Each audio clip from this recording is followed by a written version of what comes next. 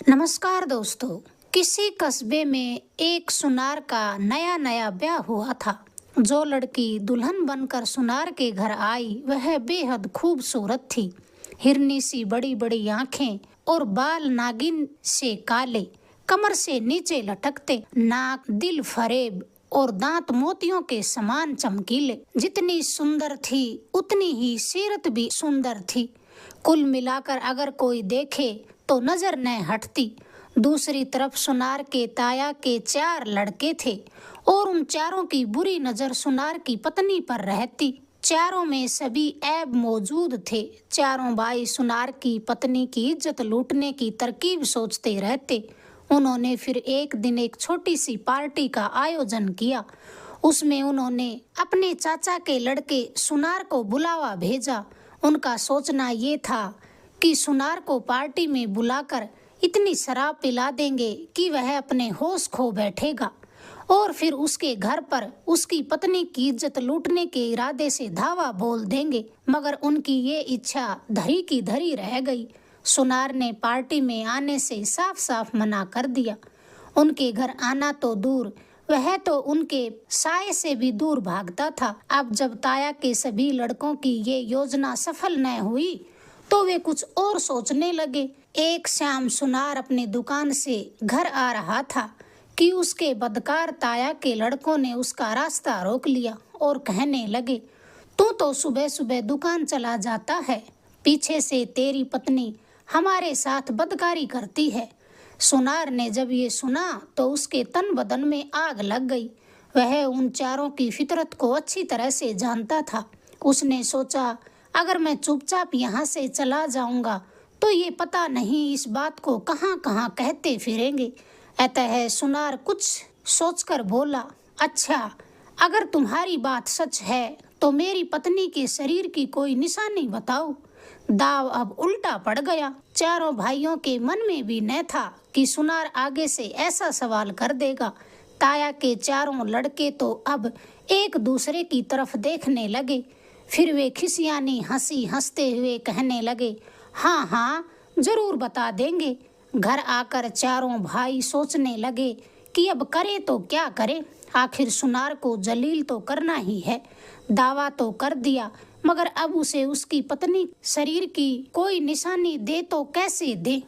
जैसे भी बन पड़े सुनार की पत्नी की निशानी तो पता करनी ही पड़ेगी, वरना हमारी नाक कट जाएगी। फिर उन्होंने एक ऐसी उम्र दराज औरत को पैसे का लालच देकर इस काम के लिए तैयार कर लिया, जो बड़ी ही चालाक बुढ़िया थी। चारों भाइयों ने बुढ़िया को कुछ रुपए देकर कहा, सुनार की पत्नी के शरीर की कोई निशानी देखकर वह उन्हें बताए।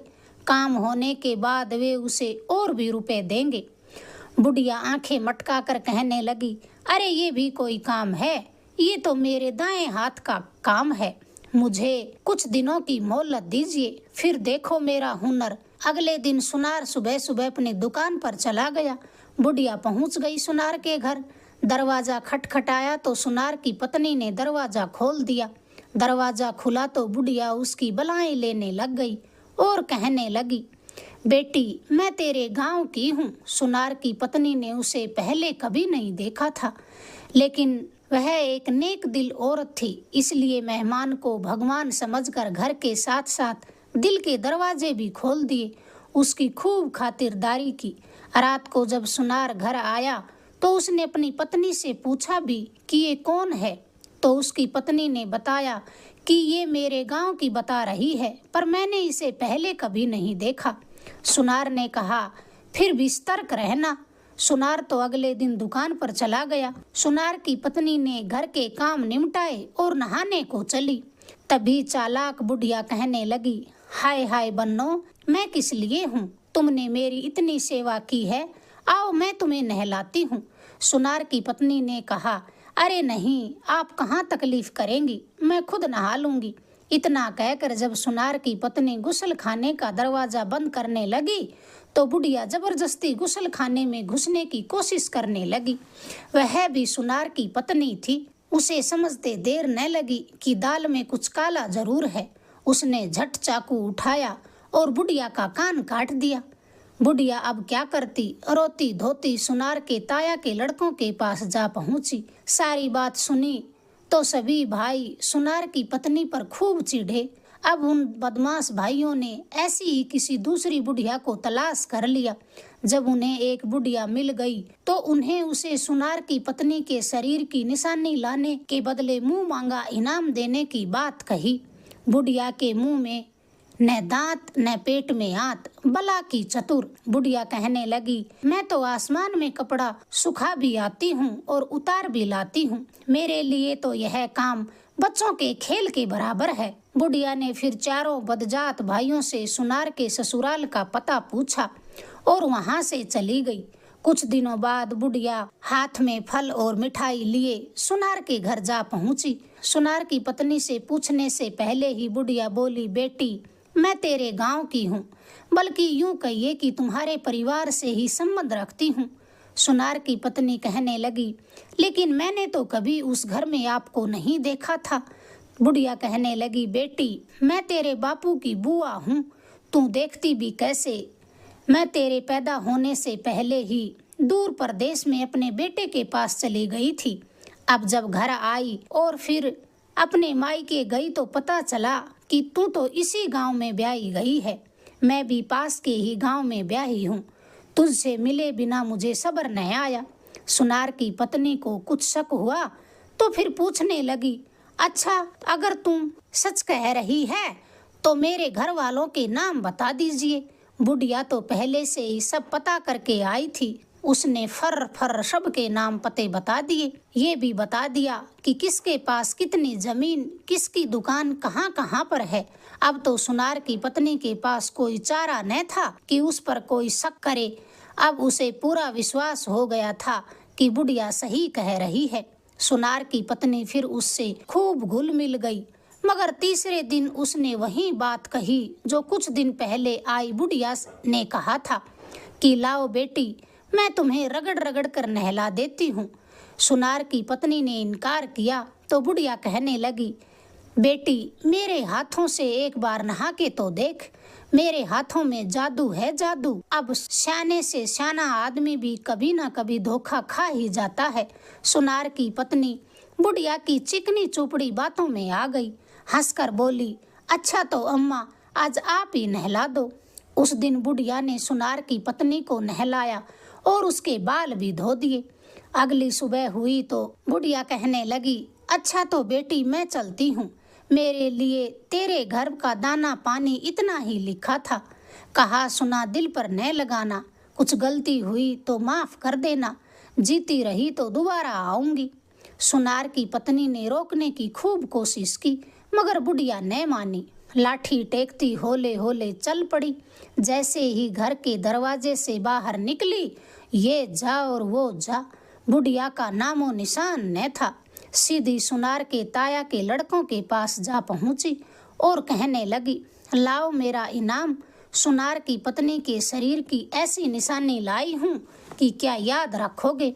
बदमाश भाई खुश होकर बोले, तेरे मुंह में घी शक्कर, जल्दी से निशानी बताओ, जो कहोगी इनाम उतना ही मिलेगा। बुढ़िया ने इधर उधर देखा और धीरे से बोली, सुनार की पत्नी की पीठ पर काला बड़ा सा तिल है। बदमाश भाई बोले, तुम्हारी बात अगर झूठी निकली तो। बुढ़िया कहने लगी, अगर मेरी बात झूठी निकली तो जो काले चोर की सजा वही सजा मेरी होगी। बल्कि उन्हें और अधिक भड़काने लगी, कानों सुनी नहीं आंखों से देखकर आई हूँ। मैंने सुनार की पत्नी को इन हाथों से नहलाया है। ऊपर वाले की कसम, वह तो अप्सरा है अप्सरा। चारों भाइयों ने बुढ़िया को उसकी उम्मीद से ज्यादा पैसे दिए। अगली सुबह सुनार जब अपनी दुकान पर जा रहा था तो उसके ताया के लड़कों ने फिर उसका रास्ता रोक लिया। बड़े ही धड़ल्ले से कहने लगे, अरे तू तो कहता है कि मेरी पत्नी बड़ी सती सावित्री है। सुन हमारी बात, जब तू दुकान पर चला जाता है तो तुम्हारी पत्नी हमारे पास आती है। अगर तुझे उसके शरीर की कोई निशानी पूछनी है तो हम बता दें कि उसकी पीठ के बाईं ओर बड़ा सा काला तिल है, वे चारों ये बकवास करके वहां से चले गए, मगर सुनार को शक और शब्दों के भंवर जाल में गोता खाते छोड़ गई। बात तो सच थी, अब सुनार बात को झुठलाए तो कैसे झुठलाए। बड़ी देर तक सुनार वहीं गुमसुम बैठा कुछ सोचता रहा। कहते हैं जब बुद्धि भ्रष्ट होती है तो अनहोनी घट ही जाती है। सुनार को यकीन हो गया कि उसकी पत्नी बदचलन है। वह अब आग बबूला हुआ वापिस घर को पलटा। घर आते ही न कुछ कहा न कुछ सुना, हजारों लानत अपनी पत्नी को देकर दुकान पर चला गया। बेचारी पत्नी गुमसुम खड़ी की खड़ी हक्की बक्की सी रह गई। सोचने लगी कि आज ये उसके साथ क्या हो गया है और क्यों हुआ है। बेचारी बहुत देर माथा पच्ची करती रही। आखिर डोर का सिरा हाथ आ ही गया, लेकिन उलझी डोर को सुलझाना अभी बाकी था। सुनार की पत्नी ने अपनी एक खास नौकरानी और उसके पति को साथ लिया और जा पहुंची शहर के बीचों बीच। पहले तो उसने रहने का इंतजाम किया, फिर चारों ओर ये खबर फैला दी कि जो उनके पास आकर कोई ऐसी आप बीती सुनाएगा जिसमें सुनाने वाले ने किसी को धोखा दिया हो, उसे 2 किलो आटा और 100 रुपए इनाम दिया जाएगा। अब सुनार की पत्नी ने भी बुढ़िया का भेष बना लिया था। जिसने भी यह खबर सुनी उसी ने वहां आकर कहानी सुनाई। किसी ने झूठी तो किसी ने सच्ची। देखते ही देखते वहां मेला लग गया। सुनार की पत्नी हर कहानी कहने वाले को 2 किलो आटा और 100 रुपए देती। गरीब मजदूर दुआएं देते न थकते। आखिर एक दिन वहीं बुढ़िया भी आ पहुंची जिसने सुनार की पत्नी को नहलाया था। सुनार की पत्नी उसे देखते ही पहचान गई। बुढ़िया अब अपनी आप बीती सुनाने लगी कि कैसे उसने एक सुनार के ताया के बदजात लड़कों के कहने पर सुनार के घर उसकी पत्नी के शरीर की निशानी लेने भेजा था। कैसे उसने उसे अपनी बेटी बनाकर बातों के जाल में फंसा लिया और उसके शरीर की निशानी सुनार के भाइयों को बताकर बहुत सा धन कमाया था। फिर वह बुढ़िया शान से सर ऊपर उठाकर कहने लगी, अब लाओ मेरा इनाम दे दो। सुनार की पत्नी ने अब उस बुढ़िया को अधिक इनाम देने के लिए घर चलने को कहा। सुनार की पत्नी ने कहा, अम्मा जी आपने बहुत ही अच्छी कहानी सुनाई है, आपको हम और अधिक इनाम देंगे। बुढ़िया लालच के वशीभूत होकर सुनार की पत्नी के साथ हो ली। सुनार की पत्नी अब सीधी अपने पति के पास पहुंची, जहां 2-4 और भी सुनार के मित्र बैठे थे। सुनार के सामने बुढ़िया ने सारी कहानी दोबारा से कही। दूध का दूध और पानी का पानी हो गया। सुनार अब अपनी पत्नी पर लगाए झूठे आरोपों से बड़ा शर्मिंदा था। सुनार ने पहले तो अपनी पत्नी से हाथ जोड़कर क्षमा मांगी, फिर अपने ताया के लड़कों और उस बुढ़िया को जेल भिजवाया। सुनार अपनी पत्नी की सुंदरता का कायल तो पहले ही था, अब उसकी अक्लमंदी का भी कायल हो गया। अगर आपको हमारी ये कहानी पसंद आई, प्लीज़ चैनल को लाइक करें, शेयर करें, सब्सक्राइब करें। धन्यवाद दोस्तों।